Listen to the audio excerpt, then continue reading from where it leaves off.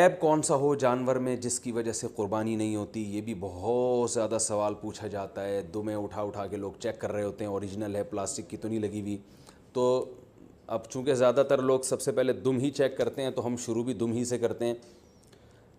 تو جانور کی جو دم ہے اگر آدھی کٹی ہوئی ہے تو اس کی قربانی جائز نہیں ہے, آدھی سے کم کٹی ہوئی ہے تو قربانی جائز ہے. تو اس سے پتہ چلتا ہے کہ پوری دم ہی اگر چپکائی ہوئی ہے یا سی ہوئی ہے تو بھی قربانی جائز نہیں ہے.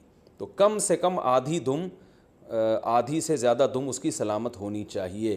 اس سے تھوڑی بہت کٹی ہوئی ہے تو اس سے کوئی فرق نہیں پڑتا. کان کا بھی یہی حکم ہے, کان اگر آدھا کٹا ہوا ہے تو قربانی جائز نہیں ہے, آدھے سے کم کٹا ہوا ہے تو قربانی جائز ہے. بعض دفعہ ایسے کان نہ چرے ہوئے ہوتے ہیں تو اس سے کوئی فرق نہیں پڑتا, قربانی اس کی بھی جائز ہے. آنکھ کا حکم یہ ہے کہ ایک آنکھ کی اگر بینائی نہیں ہے تو قربانی جائز ہے. بینائی ہے لیکن کم نظر آتا ہے اور جانور دیکھ لیتا ہے گھاس ماس کو تو بھی ٹھیک ہے, یعنی پوری نظر کا 6/6 ہونا ضروری نہیں ہے. البتہ بالکل ہی ایک آنکھ کی بینائی غائب ہو تو پھر اس کی قربانی درست نہیں ہے.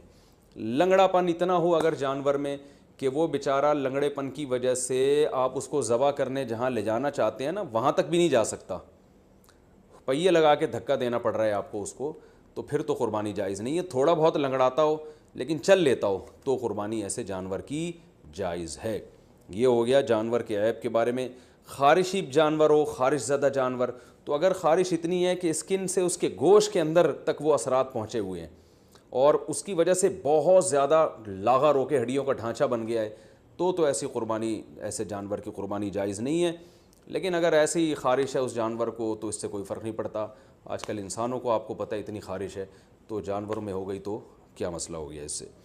سینگ کے بارے میں بھی لوگ بہت سوال پوچھتے ہیں کہ جانور کا سینگ کٹا ہوا ٹوٹا ہوا تو قربانی جائز ہے یا نہیں؟ بالکل جائز ہے.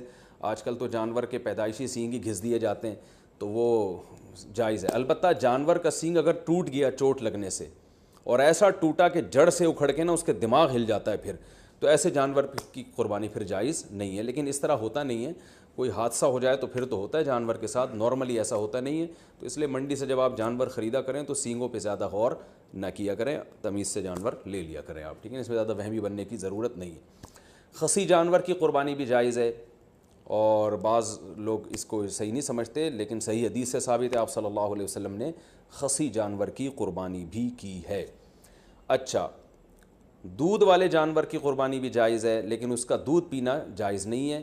ہاں جب جانور ذبح ہو گیا تو پھر جانور کے ہر آپ جو ہے گوشت سے بھی فائدہ اٹھا سکتے ہیں, دودھ سے بھی فائدہ اٹھا سکتے ہیں.